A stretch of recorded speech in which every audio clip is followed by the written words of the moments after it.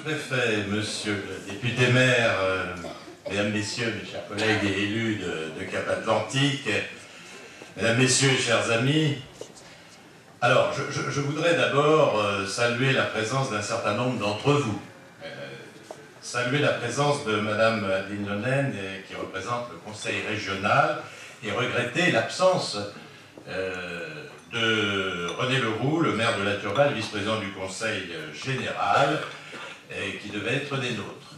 Je voudrais également saluer la présence de nombreux membres du conseil de développement que je vois répartis au milieu de la salle. C'est en quelque sorte le symbole de notre bonne entente entre élus et société civile.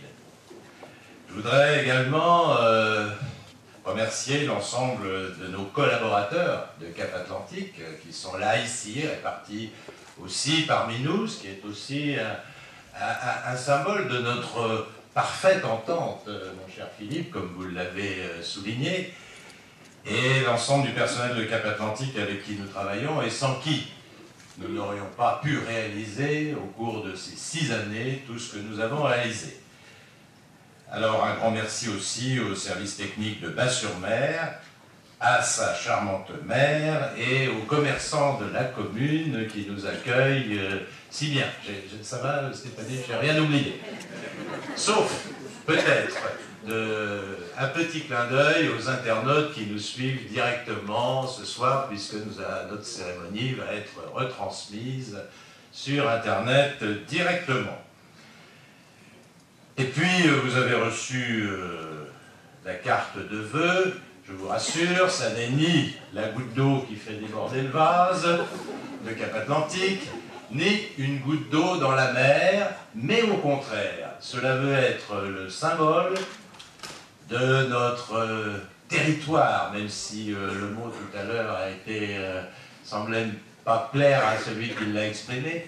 Je crois que nous l'appelons comme nous voulons, la Baule presque irlandaise, mais en tout cas, c'est un territoire d'eau et de terre mêlées. Et puis, c'est aussi le symbole d'une action tournée vers l'eau que nous allons lancer prochainement avec la consommation de notre eau du service d'eau, qui est aussi un petit clin d'œil aux économies que nous devons faire dans ce domaine, et surtout à la diminution de la pollution due aux matières plastiques quelquefois jetées un peu n'importe comment dans la nature. J'espère que tout le monde appréciera. Eh bien voilà 6 ans, nous décidions ensemble de créer une communauté d'agglomération en lui donnant une charte, c'est-à-dire des idées pour avancer, des statuts, et un nom volontairement ambitieux et dynamique qui recouvre à peu près le vocable de notre territoire, puisque nous l'avons appelé Cap-Atlantique. Des 15 maires créateurs, 9 ont été reconduits dans leur mairie ou dans des mairies proches, et 6 nouveaux maires nous ont rejoints avec de nouvelles équipes. Je crois pouvoir dire que toutes nos compétences dans notre intercommunalité, qui ont été l'apanage de chacun de ces élus, ont été un succès. La somme de nos investissements dans les services publics, de l'eau, de l'assainissement, des déchets, des transports, mais aussi de nos investissements d'une manière générale, est impressionnante. 105 millions d'euros, 137 millions d'euros, en y incluant le total de nos domaines d'action en 6 ans. Et ceci sans compter, bien entendu, les effets induits de ces investissements.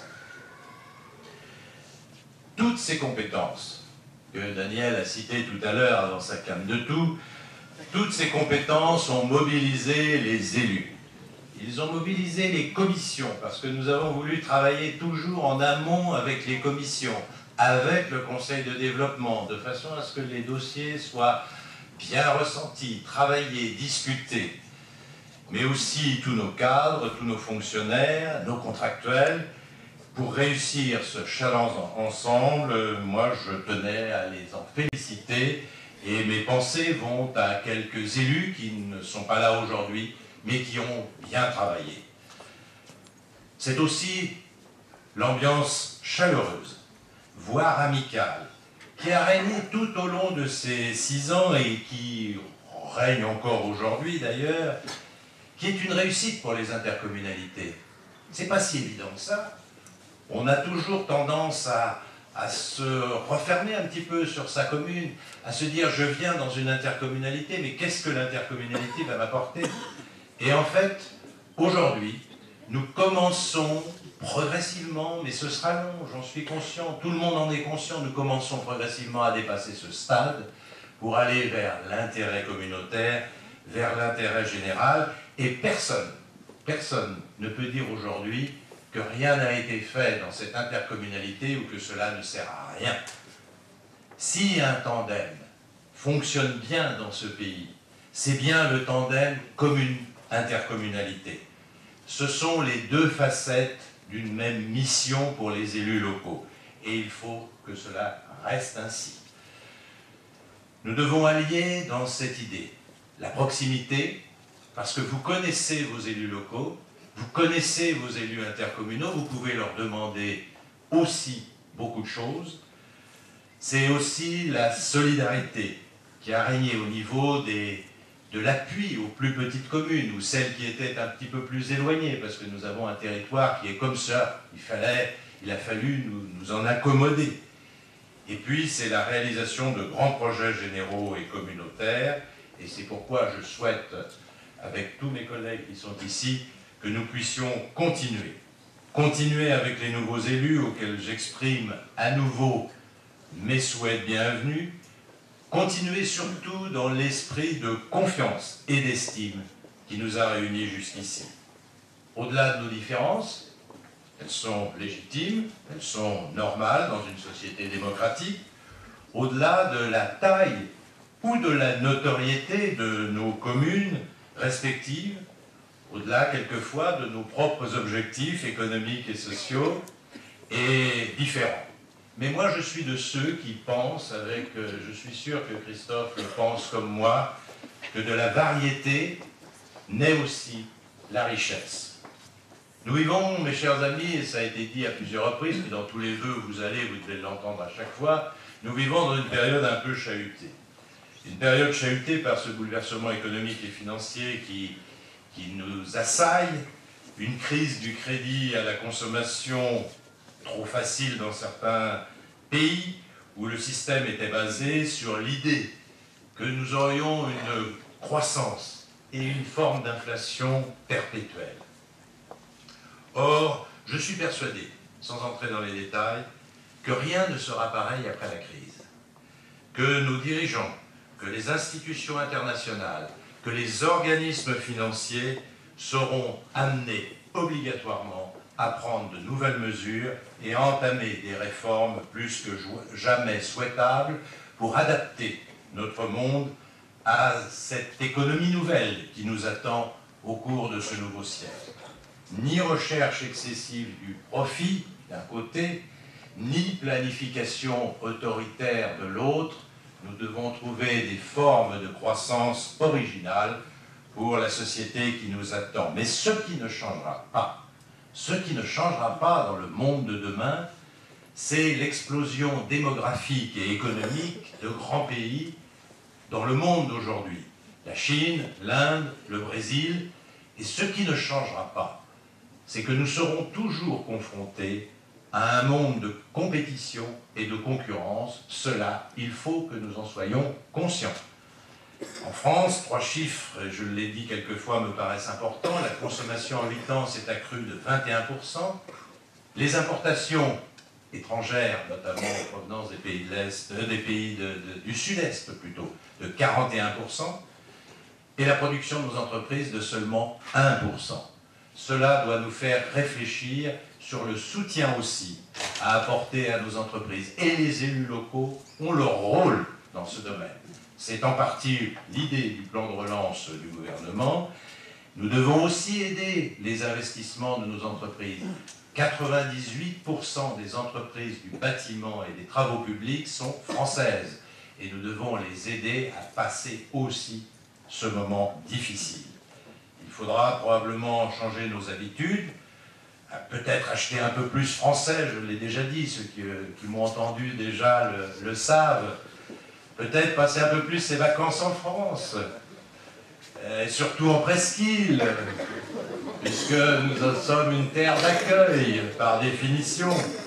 Et puis il faudra aussi que nos prix, et je m'adresse à nos commerçants, nos hôteliers, à tous ceux qui sont dans le monde de la compétition commerciale que nous connaissons, s'adaptent en termes de prix également.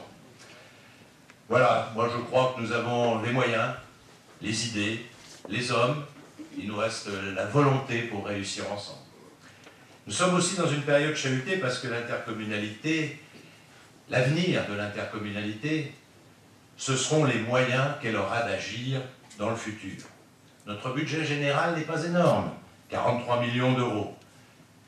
22 millions pour l'assainissement, 5 millions d'euros pour l'eau potable. Mais encore une fois, l'avenir sera ce que seront nos moyens dans ce domaine. Au-delà des réformes administratives structurelles, je l'ai déjà dit, le couple commune-intercommunalité doit savoir de quelles ressources il disposera demain pour continuer à investir. Car je suis persuadé, et je crois que vous pensez comme moi, que nos concitoyens, nos habitants ne comprendraient pas que cela s'arrête ou que cela diminue. La réforme de la taxe professionnelle doit intervenir en tenant compte de la nécessité de conserver aux collectivités une ressource dynamique, évolutive, qu'ils doivent pouvoir adapter et moduler, et que ça ne soit pas une dotation supplémentaire dont l'augmentation est annuelle en fonction de l'augmentation de la dotation globale de fonctionnement qui se situe régulièrement autour de 1% par an. Cela ne nous permettrait pas de répondre à nos investissements et l'État ne serait pas à l'aise, monsieur le sous-préfet, d'être en fait le plus gros contribuable ou le plus gros contributeur des collectivités territoriales. Il doit leur laisser dans ce domaine toute leur autonomie. Et puis la réforme des structures administratives nous concerne. Nous risquons d'être au premier plan, cher Christophe, et toi aussi, peut-être en premier. Le système d'aujourd'hui est quelquefois difficilement compréhensible. Il n'est pas toujours très efficace, il est coûteux. Nous avons 26 régions, 100 départements, 3000 intercommunalités, 36 000 communes, 600 000 élus. Est-ce vraiment un système facile à comprendre? Est-ce vraiment un système facile à diriger?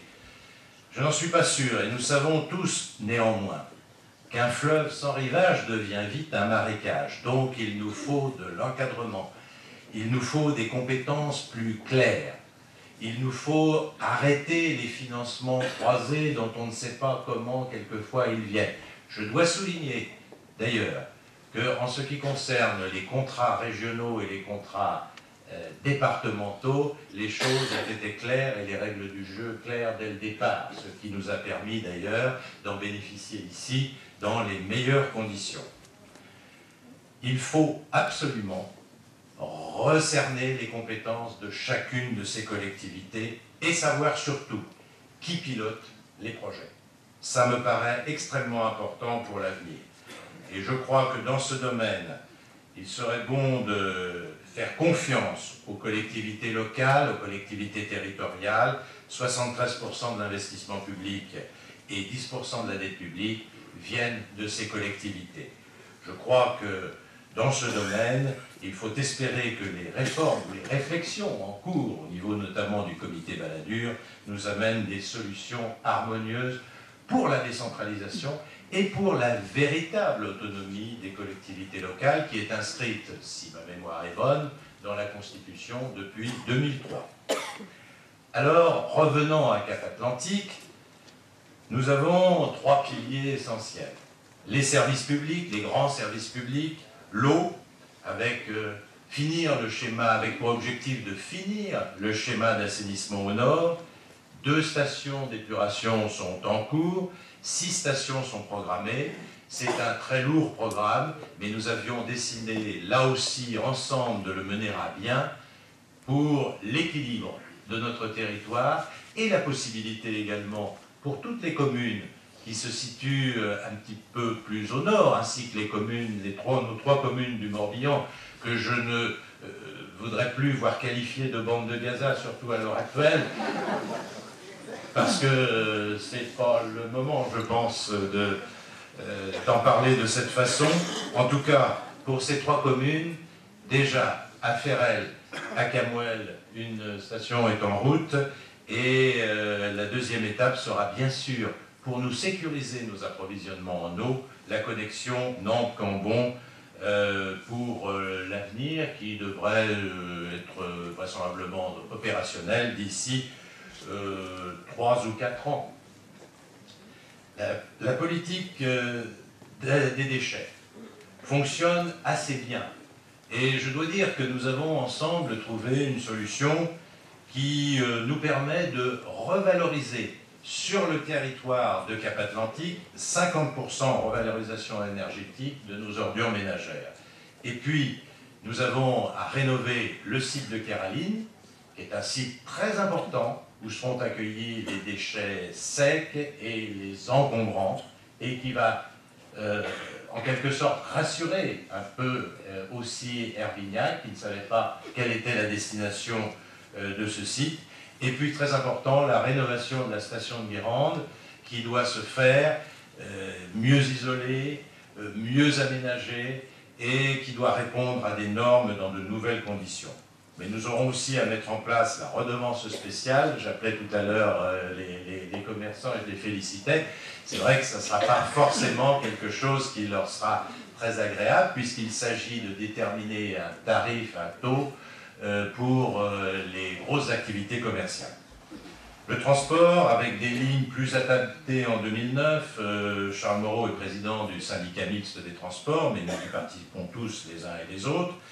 Et compte tenu de la dimension de notre territoire et du faible phénomène de densité urbaine en dehors de la saison, eh bien, nous avons un service des transports qui, certes, demande à être amélioré, mais coûte beaucoup plus cher qu'il ne coûte dans une grande ville, c'est évident. Et dans ce domaine, je crois que nous devons, avec le Conseil général, en travaillant avec lui étroitement, ce que nous faisons aujourd'hui, développer encore plus le transport à la demande dans certains secteurs pour répondre à des attentes d'un certain nombre de nos concitoyens. Et puis, lorsque la gare, le pôle d'échange multimodal sera en service, nous aurons là une gare centrale qui pourrait très bien d'ailleurs se doubler avec, dans le secteur de Guérande, d'un centre de regroupement, notamment des transports scolaires, pour un meilleur éclatement dans les différents établissements de notre territoire. Sur le développement économique et le tourisme, nous devons impérativement, c'est important et cela doit être fait, terminer ce que nous avons entamé en matière de zones d'activité, et en particulier celle de Guérande, de Saint-Liphard, de Saint-Molf et d'Herbignac. Et puis nous devrons nous intéresser à la zone du Poulgau à Bas-sur-Mer et à la zone conchilicole de Pénétin, qui nous paraît très importante pour une activité vitilicole qui est emblématique pour notre région. En matière de tourisme, nous avons fait faire une étude, un audit sur la notoriété touristique de notre territoire. On peut dire que nous en sommes relativement satisfaits. Il met en lumière des points extrêmement positifs. Mais il met en lumière également la nécessité d'être plus professionnel, d'avoir recours à une promotion regroupée, thématique, en prenant également comme un des symboles de notre territoire le fait que nous soyons en Bretagne Sud. J'ai d'ailleurs écrit aux deux présidents de région pour leur demander leur accord sur ce point, risquant, n'est-ce pas, ne voulant pas risquer de froisser certaines susceptibilités. Nous devons également, dans ce domaine, utiliser ensemble, sur les thèmes que nous choisirons, les thèmes de la Brière, le thème du sel, le thème de la gastronomie, le thème de la culture, le thème du caractère historique de notre territoire, nous devons mieux utiliser nos passerelles Internet. Et il s'agit là de regrouper, de travailler en commun dans ce domaine pour avoir des passerelles Internet communes et que les internautes s'y retrouvent. et qu'il n'est pas un site avec un opérateur différent suivant l'office de tourisme auquel il s'adresse. Et puis, sur tout le territoire, eh bien, nous devons faire un effort du tourisme des 4 saisons. Un effort du tourisme à l'année, c'est déjà ébauché, ça commence. C'est déjà le cas avec les actions qui ont été menées avec Jean-Pierre Bernard et avec son service. Nous devons aussi élargir notre périmètre dans ce domaine. C'est déjà le cas avec La Roche-Bernard qui nous a rejoints, avec Pontchâteau-Missillac, avec La Carène, avec Pornichet. Mais ce tourisme à l'année, cela demandera un effort. Et cela demandera un effort au niveau des associations. Cela demandera également un effort au niveau des prestataires de services. Et cela demandera un effort au niveau des institutionnels que nous sommes. Mais après tout, l'Irlande, où personne n'allait il y a 30 ans ou 27 ans, a bien réussi ce challenge. Et je ne vois pas pourquoi, ici, à Cap-Atlantique, où nous avons des atouts dans un territoire plus étroit et plus contraint, aussi important, nous ne le réussirions pas. La mise en œuvre du plan local de l'habitat est aussi un point important et c'est un des plus gros budgets de notre communauté d'agglomération cette année, ce budget qui vous sera présenté jeudi de la semaine prochaine. Et puis les grands équipements. Ici, à Bas-sur-Mer, nous avons un merveilleux musée, mais qui est trop petit. Il faut l'agrandir, c'est le cas. Il va être terminé au cours de l'année qui vient et de l'année prochaine. Et puis le château de Ranrouette est la porte d'entrée vers la Bretagne historique. C'est aussi la porte d'entrée quand on est en Bretagne pour venir en presqu'île. Donc après tout, nous devons mettre en valeur tous ces sites que nous avons et créer un véritable circuit historico-culturel sur notre territoire. Voilà qui intéresseront des pays, des anglo-saxons, des allemands, des italiens qui sont fanats de culture. Eh bien ça, nous devons l'envisager et le faire. Et puis nous avons quelques travaux à faire. La piscine aquaball à rénover, le mur d'escalade de Saint-Molf qui est déjà trop petit. Madame le maire, je vous ai vu arriver. Après, vous avez peut-être été vérifié que le mur d'escalade était en bon état. En tout cas, je puis vous dire que voilà un des atouts qui est typique de ce que nous voulons faire au niveau intercommunal. Avoir un équipement d'excellence qui puisse accueillir des championnats régionaux, des championnats nationaux. Eh bien, ça a été fait et Saint-Molf a certainement un équipement remarquable qui lui permet d'accueillir des manifestations d'envergure nationale. C'est ça l'intercommunalité aussi. C'est pas la concurrence entre des petites communes où chacun veut sa zone ou sa salle de sport. C'est au contraire essayer de les faire travailler ensemble, là aussi, de regrouper ces initiatives. L'environnement et l'énergie, c'est un domaine où tout le monde, actuellement, considère que c'est une préoccupation essentielle des mandats des élus qui vont venir. Nous ne sommes pas un territoire ordinaire, nous sommes un territoire avec des activités agricoles importantes, avec des activités artisanales importantes, et qui se sont maintenues malgré le tourisme, des activités tertiaires, des activités aussi résidentielles.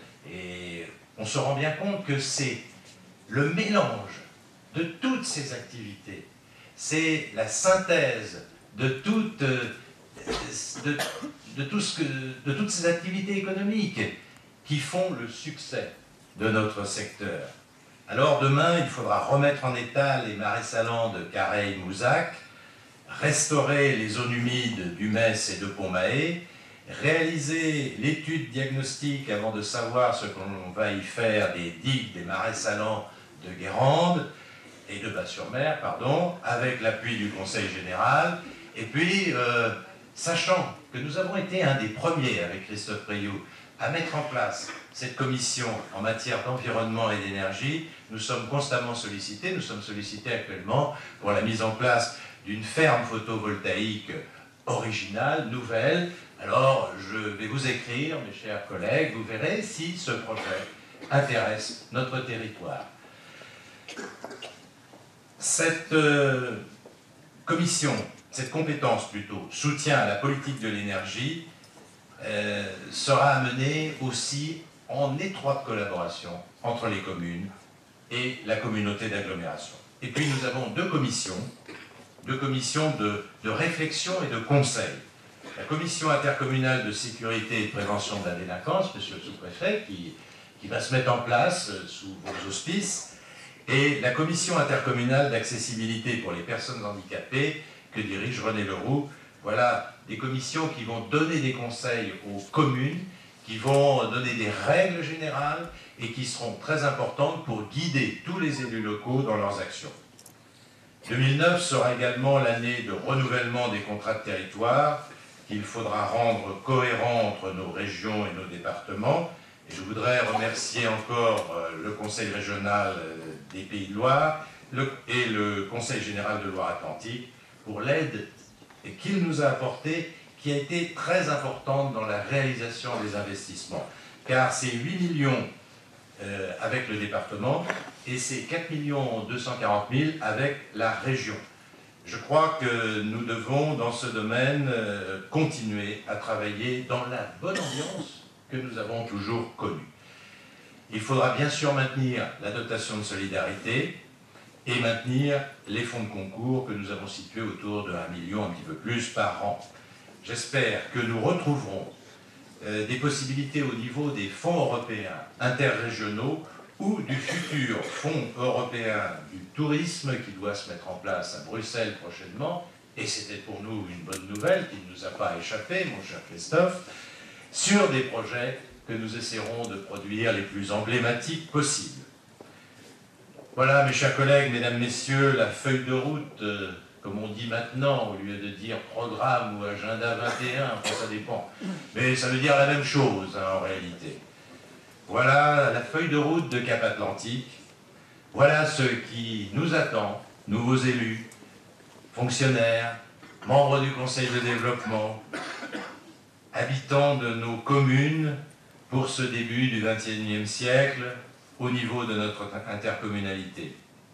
Je voudrais redire toute la confiance que j'ai et que mes collègues ici présents ont dans les cadres, dans les équipes qui nous entourent et dans l'état d'esprit qui anime l'ensemble de nos personnels. J'ai confiance aussi dans nos élus, dans les maires, dans les adjoints, mais aussi dans tous les conseillers municipaux des communes, nouveaux ou anciens. J'ai confiance dans la clairvoyance et l'imagination des membres du Conseil de développement qui sont là aussi pour nous aider, nous appuyer. Je vous offre à tous et à toutes mes bons voeux au nom de l'ensemble des élus de Cap Atlantique, des membres du Conseil communautaire, et souhaiter que 2009, si elle a démarré, ou si plutôt l'année précédente a terminé sur une morosité ambiante, nous souhaitons qu'elle se poursuive dans l'optimisme, dans la détermination, qui nous sera plus que jamais, aux uns et aux autres, indispensable pour assurer ce à quoi je crois moi-même fermement, mais comme vous, j'en suis sûr, à notre réussite. Merci.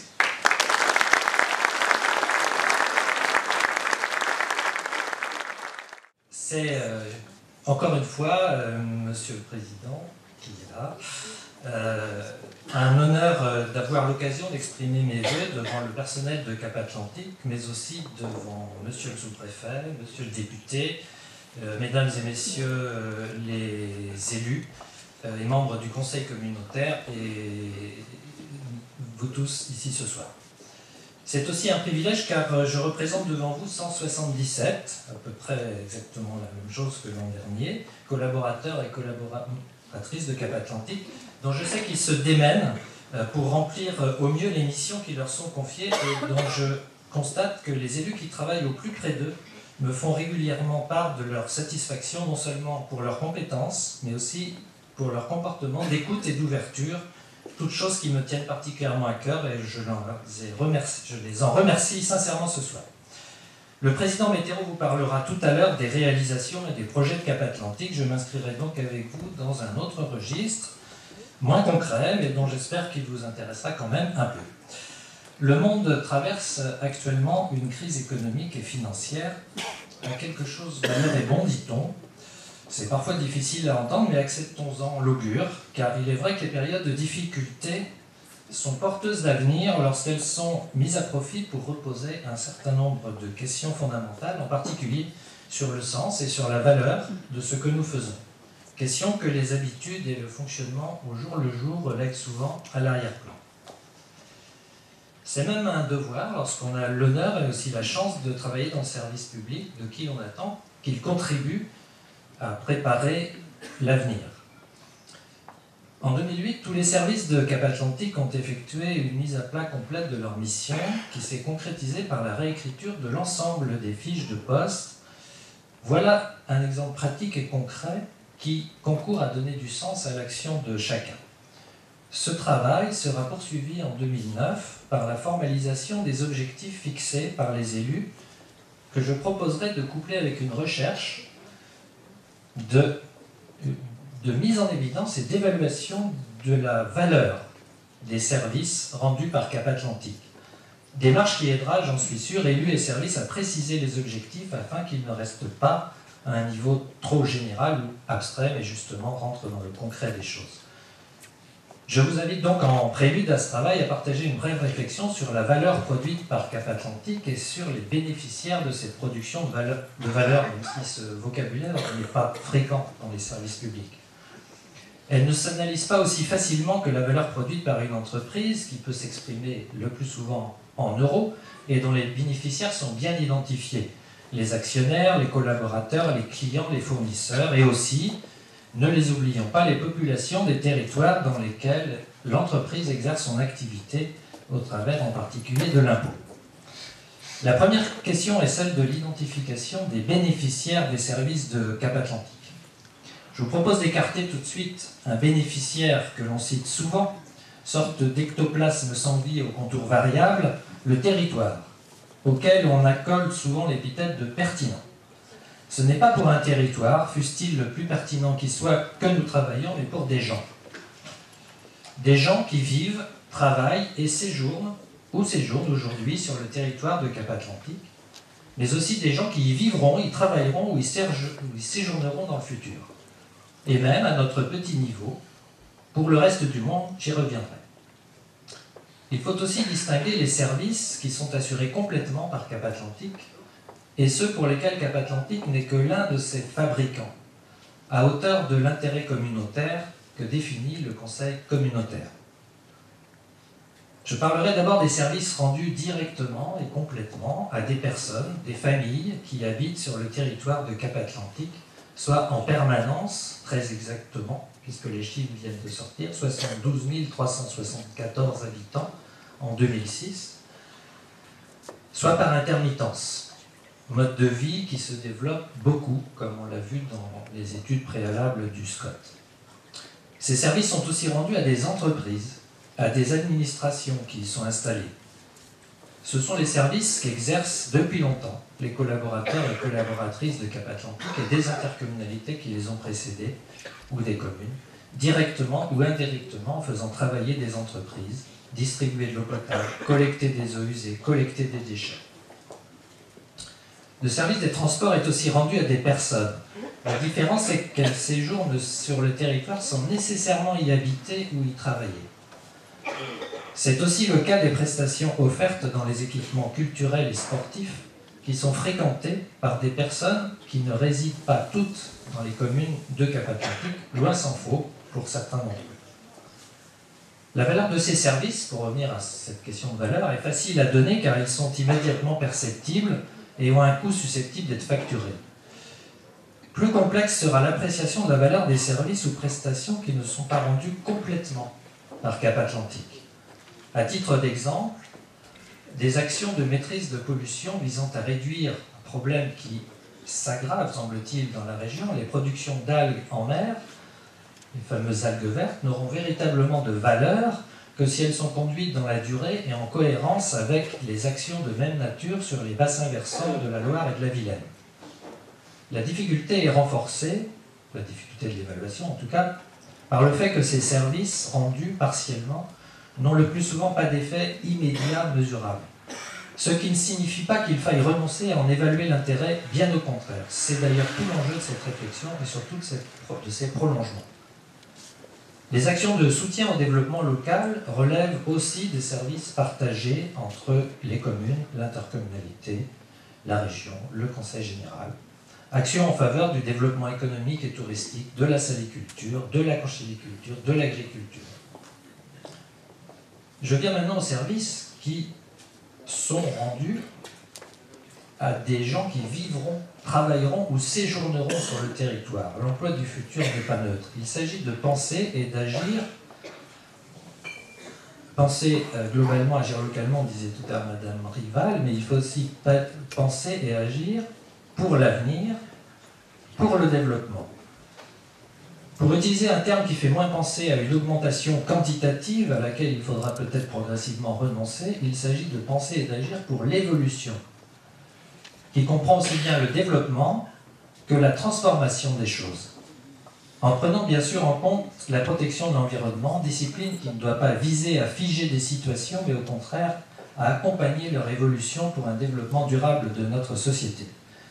Tous les investissements que le président Métaireau présentera, fondés sur un travail de planification et de programmation, relèvent de ce travail pour les populations futures. Le tout devra être en cohérence avec le schéma territorial du même nom, le SCOT, qui devrait voir le jour en fin d'année ou l'année prochaine.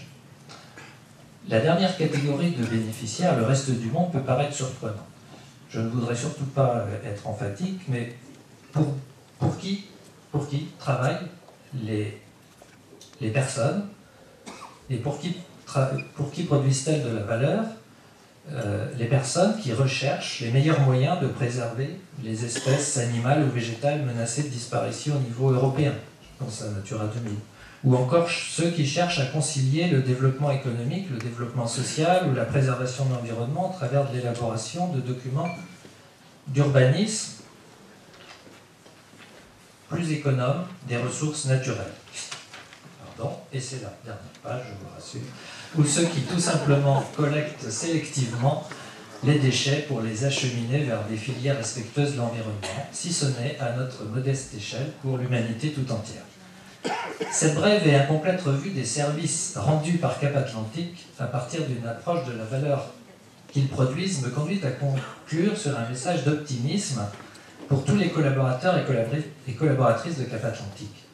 Ils n'ont pas à craindre les réformes en débat, de clarification et de simplification des interventions des niveaux d'administration nationale, régionale, départementale ou locale, réformes par ailleurs absolument nécessaires, pour peu qu'ils poursuivent, comme ils le font déjà, l'exercice de leur métier dans une démarche de projet, c'est-à-dire en se référant aux buts poursuivis par les élus et aux valeurs qu'ils représentent, et dans une démarche de progrès, c'est-à-dire en recherchant les meilleurs chemins pour avancer vers ces buts et les meilleurs moyens pour produire ces valeurs, ils trouveront toujours leur légitime place, car ils rendent chacun à leur niveau des services dont les populations d'aujourd'hui et de demain ont et auront besoin. En leur nom, je vous souhaite à tous une bonne et heureuse année 2009 pour vous-même et tous ceux qui vous sont chers. Merci de votre attention.